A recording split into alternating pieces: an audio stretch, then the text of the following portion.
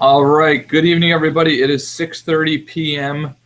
Tonight on Thursday, October 22nd.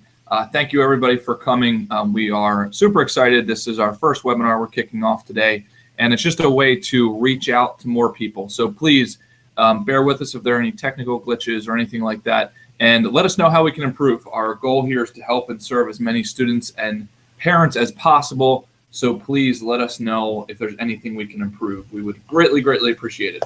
So I know everybody is super busy, so let's try to we'll try to get this done as time efficiently as possible.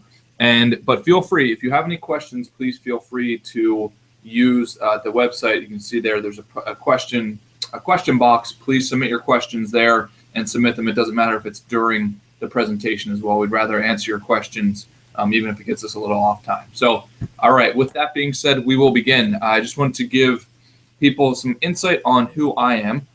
Basically, my name is Wes, and I'm the co-founder of NEMA, the National Youth Mentor Academy, and my partner in crime is Kevin Quinlan. We both co-founded this organization, and it's really been a very interesting journey for us. But just to give you some background on myself, really interesting, I guess I'll try to shorten the story, but essentially my name is Wes Rollins, and I grew up on the East Coast, and I grew up with a single mother, and I didn't know my father, and I had everything a kid could have wanted in terms of love and happiness and so on when I was growing up. It's just the only thing that I didn't have that I wasn't even really cognizant of until a certain age was that we were not very financially secure. And the reason essentially for that was essentially we had a huge family. So I don't know if anybody out there can relate to having a huge family, but essentially it's you know that it can become very cumbersome and very financially extensive to have a large family. And to a certain extent, the goal is not necessarily to get the kids into college and to become successful in their careers. It's just to make sure they have food on the table. So I'm very thankful for my family and being able to do that. It's just certain things were more difficult than others. So with that being said, at a young age, I was, I guess, very emotionally motivated to make as much money as possible, not because of any great insight that I had or any intellectual decision making. It was purely emotional. I know that when I was about 11 years old, that my mom got a phone call and we were being evicted from our apartment. And that was the first time that I realized that we were not in a financially great position. So I knew that I had to go out and start working as early as possible. So not to bore you with the story, but that's essentially what I did. I went and I worked, got my first job when I was about 11 and a half, and it was working for a golf course as a caddy. And then eventually that turned into building my own little landscaping business with my buddy. And over that period of time, I learned to really, realize the importance of money, not just from a standpoint of buying things, but buying security and being financially stable yourself, so that way your family can enjoy stability. And the reason why I say that is because I started reading finance books when I was a very young age, around that same age, 11 years old, and just getting my hands on as many finance books as I could and digesting whatever I could understand from them.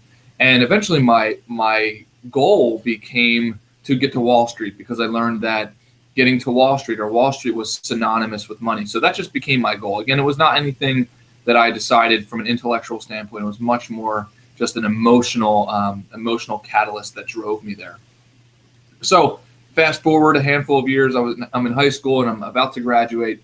I would say probably a year before I was going to graduate, or maybe 9 months before I was going to graduate. And I went up to my mom and I told her that I was not going to go to college, and that was my decision. And she said, "Look, I'll make you a deal." She's like, I will compromise with you. She's like, "You are going to go to college."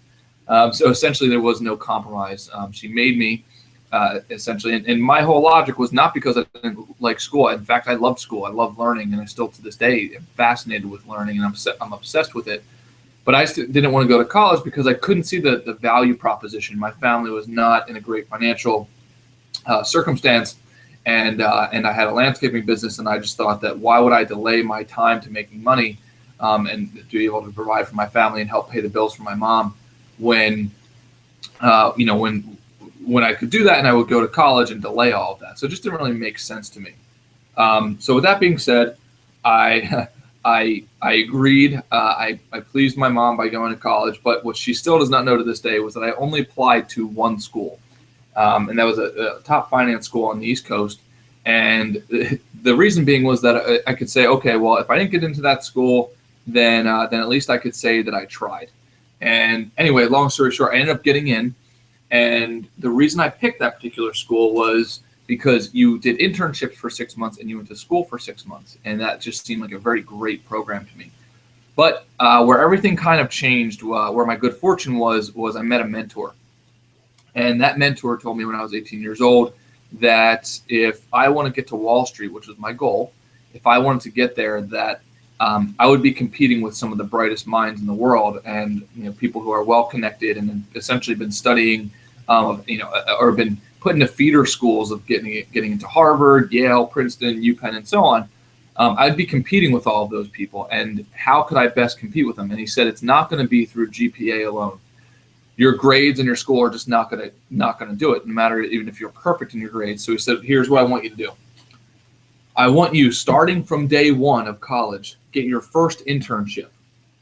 And then every 6 months after that, I want you to change internships because I want you to get a wide variety of experience, and I want you to develop a deep network of connections. And that became essential, and it's an essential cornerstone of what we do here at National Youth Mentor Academy, getting that true work experience and making sure that your students are doing what they need to do to become successful. So anyway, long story short, I just simply followed his advice. I followed the formula that he gave me, listened to his coaching, and that was pretty much it. And before I knew it, I actually got to my job on Wall Street. I'll never forget that day.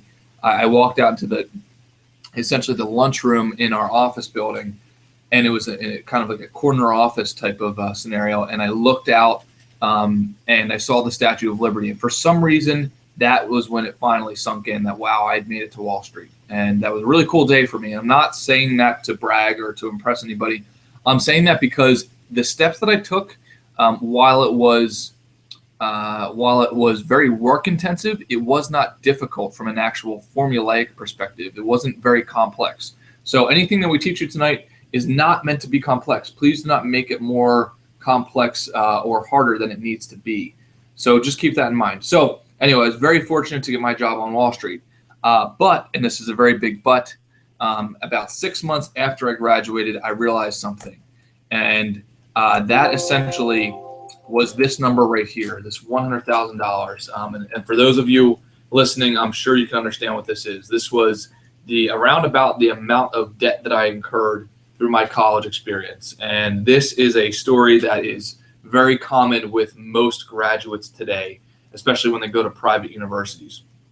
And I can tell you that when I saw that number and finally it sunk in of how much it was going to cost a month to pay that, just realizing how much of life I was going to have to delay, unless, of course, I made more money, which also, again, became my next goal. But, seeing that number really kind of put me back, because when I sort of sat and in retrospect was thinking about, well, I followed all this advice and I did my research and I still ended up with this huge debt number. How could this be? And realized essentially that it was because of the current system, and realized that I kind of wasn't raised with a silver spoon. And when I really start to look at it, I start to understand the reasons why students are accumulating debt. And that was stemmed from understanding why I accumulated that much debt. And really, this is one of the reasons. So this is my family. I'm right here in the middle in the white shirt. And we had a huge family. My grandmom right there in the pink shirt, she was one of 11 children. So my great-grandpop was Filipino and my great-grandmom was German. And they had 11 children. And just to put it in perspective, my great-grandparents had 99 grandchildren plus great-grandchildren. So very, very large family. And like I said before, when you have that many kids in the family, the goal is not necessarily to make sure that they get into Harvard and are debt-free when they graduate. The goal is just to make sure that they survive. So that was very much the case with our family. I mean, I'll never forget this story. It was actually just happened a couple years ago. We were all sitting at the dinner table celebrating my Uncle Bobby's 54th birthday. And we were celebrating it on September 29th. And it just so happened that my grandmom brought out some memorabilia from Bobby's sort of upbringing, just like little mementos and everything along the way. And in that box was his birth certificate. And I took a look at it, And we were celebrating on the 29th, and I looked at his birth certificate and I said, Grandma, his birthday is actually September 24th. We're celebrating it and have been celebrating it on the incorrect date for as long as I can remember. And I'm 30 years old, so it's been at least 30 years you guys have been celebrating his birthday on the wrong day. And her response was great. Perfect Filipino grandma response was just, oh, it doesn't matter. It's 5 days off. So that just kind of puts it in perspective. A funny story to kind of let you guys know just kind of the organized chaos, I will say, that I had growing up. So that essentially was one of the biggest reasons why it was difficult for me and my family to learn the college process and how to pay for college. I was very, very fortunate to have my mother, who was very strict. My mother is the one in the green shirt right next to my grandmom in the pink shirt.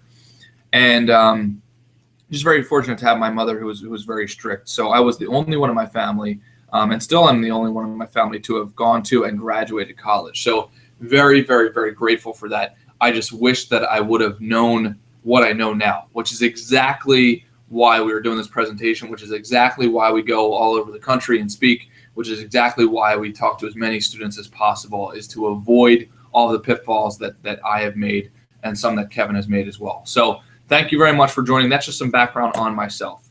So now let's get into it. Hopefully we can teach you guys some things tonight. The first thing is why I'm sure all of you know the student loan debt right now is at all-time highs. It's about $1.2 trillion. That's trillion dollars, $1.2 trillion. It is now competing for the largest debt in the country. It's competing with U.S. mortgages. And that is unbelievable considering that, when you take out a loan for a mortgage for your house, that you're essentially going to be living in that house for potentially 20, 30, 40 plus years, potentially even the rest of your life. Whereas the student loan debt that we're accumulating for college we're only incurring it over 4 to 6 years. So it's astronomical. And what a lot of people don't know and understand is that this debt is actually unforgivable currently. So you can literally go bankrupt and you are not able to walk away from this. And not that I'm suggesting that, but there's just no way out of it. And one of the biggest problems right now that we'll get into is that there's no analysis being done. And we work with tons of families, and we have not met any family that before working with us has actually done analysis on ROI, meaning return on investment. So if you send your student to a 4-year university that's going to cost $120,000, what kind of capital, what kind of cash return are they going to receive? How much, in other words, how much money are they going to make out of college? Because I can tell you that if you get a loan for essentially $130,000 at 8% interest rate, and you are only going to be making $35,000 a year, only expected to increase with inflation, then you are never going to pay that loan back, just to put it in perspective, because you're going to be living hand to mouth essentially, and you're not going to be able to buy a house. You're not going to be able to get married, all of those things. And we're seeing that effect now throughout society. I literally know somebody who is currently being sued by Sallie Mae, which is one of the largest student loan providers in the country, being sued by them because she defaulted essentially. And she didn't do it in the proper way, but she was totally ignorant to the process. And this is a very smart girl. She actually went to Columbia. So these are very, very real problems that we are hard set and passionate about solving these problems. And currently the only way to solve them is if you solve them ahead of time. So making sure you don't mess up to begin with. Okay, so what are some of those problems? Well, the major problems essentially that students are financing and facing major student loan debt, and they are graduating with huge sums of debt without a job in hand. And that is a very, very large problem. I was just talking recently to a dean and an associate dean, actually 2 associate deans, and I said, can you please tell me, we're having a great conversation over dinner, and I said, would you mind telling me the numbers, the data on essentially what percentage of your students graduate with a job in hand or a job in 6 months? And the reason I ask it that way is very specific, because those of you who know who have students who graduate college, student loans kick in 6 months after graduation. So I wanted to know how many of their students actually graduate with a job, and none of them at the table could answer. And that to me is just an illustration of how large this problem is, that colleges are not even focused on making sure the students get a job. And I can tell you, they are focused on the goal of educating the student. But I personally can tell you, and maybe some of you will disagree with me on this, but I will argue this every single day of the week. The goal of college is not to educate. The goal of college is to educate so that the students can get a job afterwards.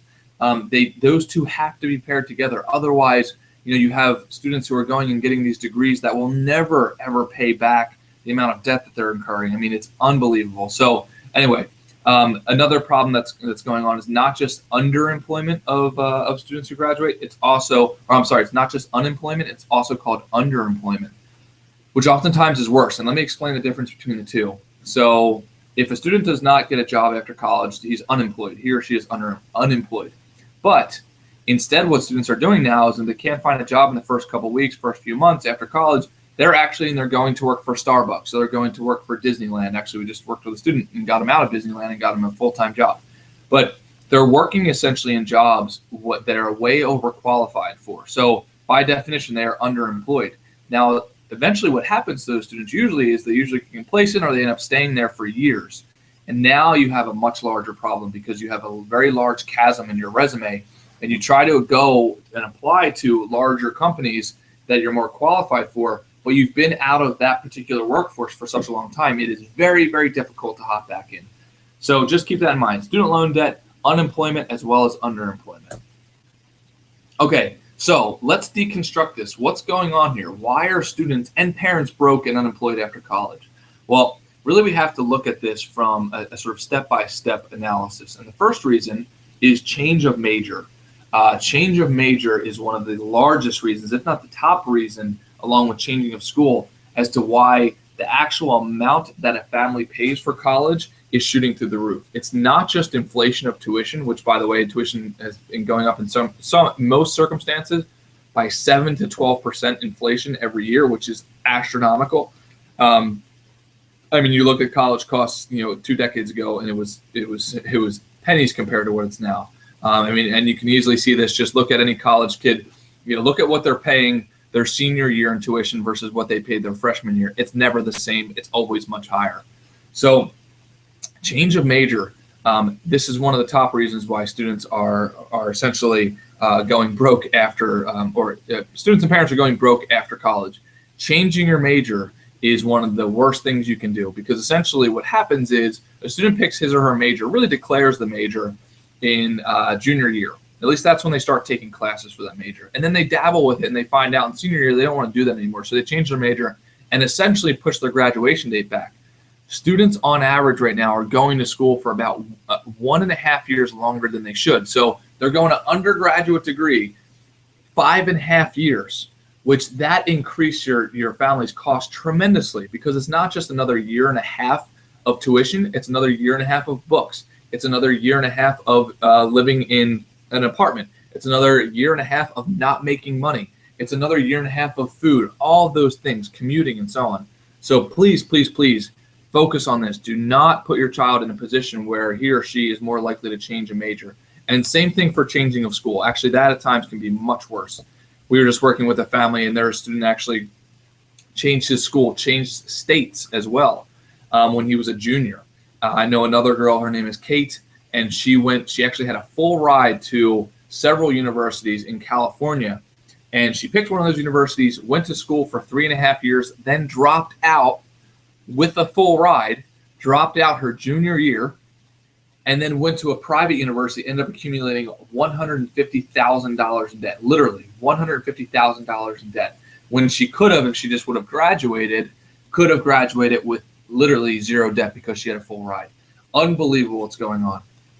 The third thing is making mistakes on FAFSA or lack of financial aid, that many families just unfortunately don't understand where financial aid comes from, how do they get grants, how do they get scholarships, just really have no clue. And that's not through any fault of their own. It's actually because the process is not exactly transparent. The books that I can tell you that we've read just on this part of the process alone, thousands of pages, quite literally. And the fourth thing is lack of career preparation. If there's one thing that I could point out here is if you have high school students, you have college students, please, please, please start to focus on the career. We'll give you some key tactics and strategies to implement for your students. But just please keep in mind that you have to be focused on the career, have to be focused on what is the student going to make in salary afterwards and so on, just because that's what's going to provide the security. And the job market today, because of 2008 crash in the market, is so competitive because you have a lot of people trying to enter back into the job market, into their industry. So your sons and daughters will be competing for entry-level jobs with people who already have several years experience. So I hope that makes sense. Okay, paying for college. So let's get into some details here. Paying for college. The first thing is educate yourself. Realize that the wrong advice could literally cost you tens of thousands of dollars. When I was 19 years old, I made a mistake that cost me $27,000, and that is quite literally. I listened to the wrong people. I delayed on certain things because they told me the wrong deadlines, and I just trusted them. I should have done more research. So please make sure you get the right advice from the right people. The next thing is have a strategy. Spend time where the money is. So let's spend a little time here. I want everybody to realize where the money comes from. I can't tell you how many families we talk to who have a son or daughter who is going to become the next Michael Jordan or Babe Ruth or whoever it is, next superstar athlete, and they think their son or daughter is going to get a full ride to scholarship. Now, I don't want to burst anybody's bubble, and I would certainly be very, very ecstatic and enthusiastic if one of the families we work with or any of you guys listening tonight receive one of those full ride scholarships. But just make sure you know the data ahead of time. So to put it in perspective, less than 2% of college athletes actually get any money for college. And that's any money. So literally less than 2% of college athletes get any money for college. And I want that to sink in for a second. Now keep in mind that even if that 2%, even if your student gets any money for an athletic ride, an athletic scholarship, that does not mean that they're guaranteed all 4 years. We were just working with a family recently, and their daughter got a scholarship, full ride for the first year. And she thought she had a full ride every year thereafter. Well, what happened, she was in water polo. What happened was they actually took her scholarship away at the end of her freshman year. So she now had to pay for sophomore, junior, and senior year, room and board, everything, because they took her scholarship away. And I mean, her parents were stuck in a rock and a hard place because, I mean, if you think about it, now their daughter has all these friends at school. She likes the school. She likes the culture. She's already, ingrained in her classes. Do you really think they're going to have the heart to tell her that she has to go to another university? Because they honestly can't afford it. So currently their decision is just to try to scrape together as many pennies as they can to pay for it. But I can tell you honestly, they can't afford it. And it was all because their impression of the athletic scholarship was that it was going to be there for all of the duration of her stay at the university. So just realize where the money's coming from. The next thing is private scholarships. About 5% of money actually comes from private scholarships. So be cognizant of that as well. A lot of families think they're just going to go get scholarships from scholarship banks and companies and Rotary clubs and so on. That we'll discuss strategies for that in a little bit. But just realize that's only where about 5% of total money that's given out is actually given for scholarships. Now, 93%, I think it's 92 or 93% of money given out for college actually comes from the federal government or the institution itself. And essentially, what we'll get into is from the FAFSA application or CSS is federal money as well as institutional money as well as state money. So please, please, please make sure you fill out your FAFSA and CSS profile forms. Please do that. That is the only way that you will be eligible for much of this money that's actually out there. If you don't fill those out, then you will not have an opportunity to claim your portion of those funds. So please make sure you do that. Now, the other thing to realize is that the ticket price is not the same as your price. So the ticket price of the college is not going to be what you pay. So the best way I can describe it is if you go on an airplane, it's very like the airline industry, very much like the airline industry. If you are flying from your hometown, let's just say you live in Dallas, Texas. If you're flying from Dallas, Texas to Pennsylvania, to let's say to Philadelphia, when you take that plane trip and you're sitting next to someone, I guarantee you are not paying the same ticket price that person sitting next to you is. Now, the person who pays the lesser amount is the person who understands how to make sure they get the ticket with the right system. So they know when to buy it. They know what website to buy it from. In other words, they know the formula to make sure they get the ticket at the cheaper price. Now, that's either going to be you or it's going to be them. So just make sure you understand how the system works. Okay, so let's talk about financial aid. Let's talk about the FAFSA. The FAFSA, as you can see right there, is the free application for federal student aid. And you have to make sure that you know these terms. So The cost of attendance, in other words, an acronym is COA. Make sure you understand the total cost of attendance is not just the tuition. It's actually the tuition, books, room and board, etc. Now, for those of you who've already been through this process, you will know what EFC means. EFC means expected family contribution. Now, the difference between the cost of attendance and your expected family contribution is what is defined as the need. So how much aid the family is actually eligible for. So I hope that sinks in. Again, the difference between the cost of attendance and the EFC is defined as the need. In other words, how much aid the family is actually eligible for. Now, for FAFSA, we get a ton of questions around FAFSA, and literally there's about 157 different facets or nuances to FAFSA, but we want to make sure that we give you the top 6 factors. So please, if you have a notepad and pen, please write this down. So the first factor is, let's go through it this way. The top 6 factors are parents' assets and income and students' assets and income, as well as the number of people in the household and the number of students in college. But I really want to focus on the assets and income here. So let's go through this scenario. Let's say you have $100,000 in the student's bank account. Let's just say there's $100,000 sitting there in the student's name. When you fill out the FAFSA and you write down that that's under the student's assets portion, the way that is looked at, the formula, again, remember how we're talking about formulas and how airline tickets, there's a formula to figuring out the price. So the FAFSA formula will look at the student's assets, and they're going to say, okay, Jimmy student has $100,000. The formula states that 50% of that, so $50,000, should be given towards college cost before any financial aid is even considered to be given. Now, that means essentially that, let's just say Jimmy's family's need, or let's just say before, just to put it in easy terms, Jimmy essentially will not be eligible for any financial aid because the college and the federal government want Jimmy to pay essentially all of that $100,000 towards his college education, because that should be his priority. So he is supposed to put $50,000 away for college that particular year. And then the next year, it's going to be the same thing. They want 50% of the remaining balance and 50% and so on. Now, let's just say that same $100,000 is then put into Jimmy's parents' bank account. That same $100,000. The federal government will look at that and the college will look at that and just say that only 5% of that asset should be given towards Jimmy's college education.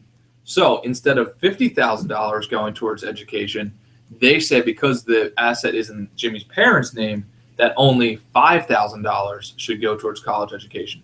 That's a $45,000 difference. You know, if it were in Jimmy's name, it was $50,000. If it was in the parents' name, it's $5,000. So now you've just really reduced the size of your barrier to getting any more financial aid.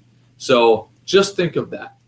Always be cognizant of the assets and income in the parents' name versus the student's name.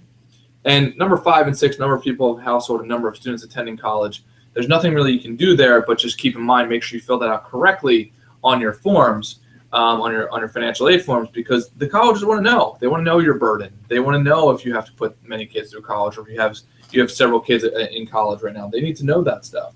Now, it is unbelievably important to make sure you fill out these forms correctly. So let's just walk through a scenario. If I were to ask you, what is the definition of net worth? You would tell me that it's the difference between assets and liabilities equals net worth. So what a lot of people do is they say for the FAFSA application, they will call their accountant and they'll say, hi, Mr. Accountant, or hi, Mr. Financial Planner, what is our net worth? The accountant will go into his or her software and print out a number and say, oh, your net worth is $1 million. And if you were to do that, most likely that number that your accountant is considering would have the factor of your primary house within that net worth calculation.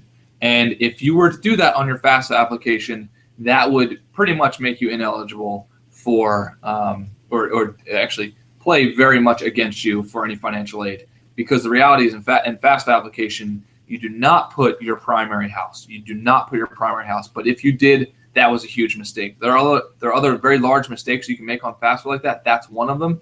Just make sure you understand and go through that application methodically. Okay, so some other ways to get money for college after financial aid. So again, spend most of your time on getting financial aid through FAFSA. Now, private scholarships, are they worth it? And I would say absolutely yes, as long as you prioritize appropriately. So you see up here a picture of this girl's name. Her name is Jessica, and she's a good friend of mine. And she actually went to an outstanding university called Berkeley, UC Berkeley, the top public college, I believe, in the United States. And she did it and only came out with about $3,000 in debt. Why? Well, because first she went to a community college, and then when she got into Berkeley, she actually found a lot of private scholarships. So private scholarships absolutely can be worth it, but if you apply for the right ones, and here are some tips for doing that. You want to make sure, essentially, that when you apply for private scholarships, only focus on those scholarships that fit the exact criteria of the student. So the student's interest, the student's age, the student's background, socioeconomically and ethnically. Make sure all of those criteria are spot on for the private scholarship, because we've seen a lot of families just try to use a shotgun approach where they say, oh, we're going to apply for as many private scholarships as possible and something will stick. Well, I can tell you that's not true. You want to take a very, very focused approach. There are plenty of private scholarships to apply for. When we work with our students, essentially they have to apply for private scholarships every single week, but they're very, very specific private scholarships that we pull from different databases to make sure that they are increasing their chances of getting them. We do not make them waste their time on scholarships that they just have little to no shot on. So I hope that makes sense. Please do not drive your student crazy by applying to every scholarship known to man, because you're just kind of shooting in a dark hole at that point. So anyway, next slide. 7 areas to save or receive college money. And this is very much in line with what we were talking about earlier. Number 1, avoid at all costs change of major. There are many things you can do in preparation to make sure your child is very comfortable with his or her major. Do not, under any circumstances, just let them pick without any research or any due diligence prior. So you want to avoid that. Second thing is change of school. Avoid change of school at all costs. Third thing, financial aid. There are 3 types of financial aid. There's need-based aid, there's merit-based aid, and there's institutional-based aid. When we work with families, we make sure we explore each one of those and get as much money as we possible in each one of those areas. Make sure you're doing the same. Is there a need? Is your student performing well, which is merit-based? And then, are you cognizant of the institutional needs that the institution has? So, for instance, let's just say a lot of families say, hey, well, we make way too much money to receive any financial aid. And we always say, make sure you fill out the form. Why? Because the university, let's say it's a private university, you want them to know if you make a lot of money, because universities know that the more money a family makes, the more likely it is over the long run that they are going to make more money. So they are actually pretty likely to give institutional-based aid to a family who makes a lot of money, because they know that when the parents come and visit their student, that the student is going to go to football games, and they're going to buy sweatshirts, and they're going to buy all of these things, and then they're going to participate in alumni events. So the student's going to graduate and they're going to become a donor long-term to the university. They have hard statistics and data analysis on this. So they know that families with money will put more money into the university than a family who doesn't have a lot of money. So again, it goes back to financial aid. Number 6, private scholarships. Again, make sure you're spending an adequate amount of time on this, not a disproportionate amount of time, just make sure the time spent is appropriate. And number 7, please, if there's one thing I can get across to you tonight, have your child, your student, enroll in internships. Get as many internships as possible. I was very fortunate to get that experience and advice when I was younger. And I'm not saying this to brag, but I had 10 internships when I was in college, and they saved my career, hands down. Just to put it in perspective, my last internship, and I don't want you guys to think that this is a volunteer thing. My internships, I had to work for free essentially for the first year and a half, but ever after that, my wages for my internships increased dramatically. My final internship for my senior year, I was making, I think, $30 an hour and working many hours a week. So it was a significant amount of money that I was making to help pay down my college debt and help pay for food and rent and so on. So again, just to drive home the internships, earn money in college. This is actually a student that we recently worked with. His name is Talon, and he is now on his second, actually just completed his second internship over in Korea. So he has international business experience now, and he's only in his second year of college, and he earned this year per hour $32 an hour. I mean, it's unbelievable. Plus, they paid for his room and board. He got international business experience. His resume is phenomenal. So we're not talking pennies here. And the great thing is there's not a lot of competition out there for students because very few students actually take this advice and go get internships. Just to put it in perspective, we just recently gave a speech at a very large university, and there was 500 students that we talked to that day. And we asked, okay, who, and these were all seniors in college. And we said, please raise your hand if you have any internship experience. And less than 10% of that class, less than 10% raised their hand. So then I said, well, who in here has more than one internship? And less than 5% raised their hand. And these were seniors in college. I couldn't believe it. So my next question was literally, what do you guys plan on doing? I mean, employers don't care anymore that you just have gone to college because college right now is a commodity. There are hundreds of thousands of students graduating with all these degrees. They don't care that you've gone to college. That's just the baseline metric. They want to know that you can actually do things. And the only way they can feel a comfort level that you can actually do things is if you've already done them, and you do that through internships. So please, please, please remember, go out there and get actual work experience through internships.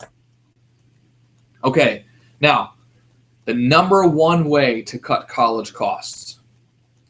I'm going to lead into this with a story. This right here is one of my favorite professors that I've ever had a class with. His name is Professor Duke. And Professor Duke was an unbelievably brilliant man. He graduated from Harvard, then went on to MIT. He built weapons for the Navy, and then he became a trader for Citigroup. I mean, and now I think he does something with like world economic analysis on like an international scale in terms of the forums he attends, the people who he advises, and so on. Just a brilliant guy. I mean, you're literally talking about the top 0.05%. And I was very fortunate to schedule a meeting with him one time and interview him for about, I originally thought it was going to be a half-hour interview, but we ended up talking for about 4.5 hours. And ultimately, I'll boil it down to you. He said this. He said, look, I've worked with probably the most competitive people in the world in probably the top jobs. I'm not saying that to sound like a hero or that I'm some super phenomenal employee or business owner.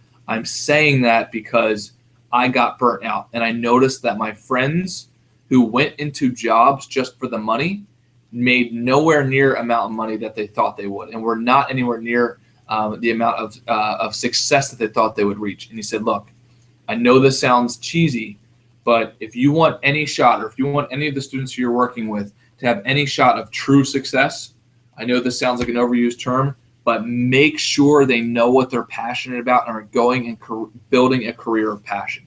So please make sure that you are going into building your career of passion. And here's what's wrong with the system. If you look at this diagram we have here, this is where everybody goes wrong. If you look from left to right, people and students and families are making decisions just on the next step. So they go into high school and they say, okay, how can we get into college? And they just look at that framework. And then from college, they only focus on, okay, well, 2 years into it, how do I select my major? And then after they graduate, after they select their major and completed their coursework, they say, well, what career can I go into? And we're saying, no, that is all wrong. I mean, that's how everybody's doing it. And look, we already know what happens there. We have huge debt and people not getting jobs after graduation. So we already know this system is broken. So here's how you fix it. You take Professor Duke's advice and you reverse it. So you start with passion. You have to find what the student is passionate about. Then you pick the career. You pick what career matches those skill sets. And when we work with students and families, we make sure that we find out exactly what their interests are, exactly what their skill sets are, and then we link the appropriate careers to those skill sets, and then we pick the major, and then we pick the best fit college that has those top majors. And then from there, that's where we start the plan in high school. So it's reversing it and then reverse engineering that process to make sure you start off with the proper foundation. And I hope that makes sense. I really want to drive that point home. Trust me, If you do not do it in this fashion, you will definitely regret it, and it will not just be an emotional mistake. It will be a huge financial mistake. So that's it. We wanted to teach you as much as we possibly could and keep it in the time frame. And we wanted to let you know we have programs. So we would love for you to work with us. If you don't work with us, that's completely fine. Please get help if you're lacking in any of these areas. You don't have to come to us, but we want to let you know the programs essentially that we do. So again, we are the National Youth Mentor Academy. And in other words, I guess our acronym is called NEMA. And we have several programs, and we broke them apart so they can be, I guess, more financially easy for people attending and listening to this. So our normal cost structure is we have different programs. We have different curriculums for depending on what you want to do with us. So as you can see here, we have a program that helps find your passion, your mission, and your roadmap. And that includes everything from a career assessment, from finding that passion to having a one-on-one meeting and selecting a college and a major and industry and select companies. I mean, doing analysis on this so you have a firm understanding of where your child is and the very clear and precise plan on how to get them to where they want to go. The next program we have is Save Money on College. So like we said, college is increasing at a cost right now of anywhere from 7 to 12%. So how can you find the colleges that give the most financial aid? How can you find the colleges that give the most scholarships? I mean, I can tell you from experience, I went to a college that I didn't even know this, that they were literally the second worst in the nation for giving any type of funding. So we want to make these things as cost effective as possible for you and help you avoid those huge costs. So Save Money on College is one of the programs we have. We do the EFC calculations for you. We do the FAFSA analysis for you. We literally give you 25 customized private scholarships for your student to apply to. All of these things to make sure you save money. The next program we have is High School Success Program. So literally, whether your student's in 9th grade, 10th grade, 11th grade, or 12th grade, a customized curriculum so that you and your student know exactly the milestones that you have to hit that particular year, because the milestones in 9th grade are very different from the milestones in 11th grade.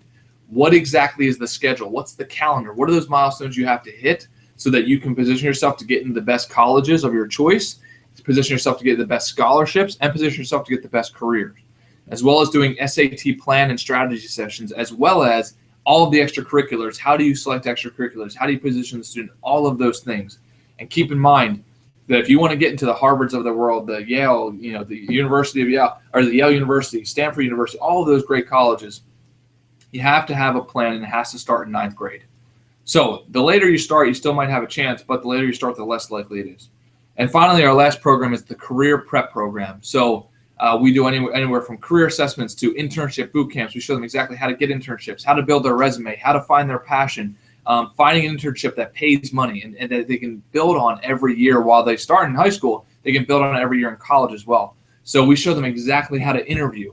We show them how to build a career portfolio. All of those essential things that they can actually go out and make money with and find a career of their passion and build a network in the industries that they need to be building in.